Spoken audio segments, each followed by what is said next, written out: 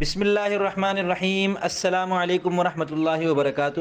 میں محمد اسامہ سرسری الفاظ قرآن کی لغوی، صرفی اور نحوی تحقیق کا سلسلہ جاری ہے۔ اعوذ باللہ من الشیطان الرجیم، بسم اللہ الرحمن الرحیم۔ ملک الناس، اس آیت میں ملک کا لغوی مطلب ہے بادشاہ، اور صرفی تحقیق کے مطابق مصدر مشتق اور جامد میں سے یہ لفظ مشتق ہے۔ صیغہ واحد مذکر، گردان صفت مشبہ، 6 اقسام میں سے ثلاثی مجرد ہے، باب ضرب یضرب اور 7 اقسام صحیح ہے۔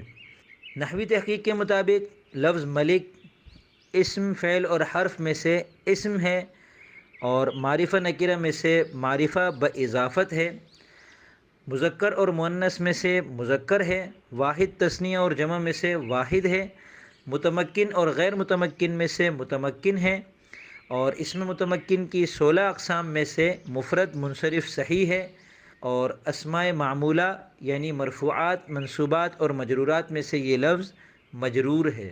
مجرور ہونے کی وجہ یہ ہے کہ ملک رب کا تابع ہے، اور رب مجرور ہے با جارہ کی وجہ سے، اور وہ متبوع ہے رب۔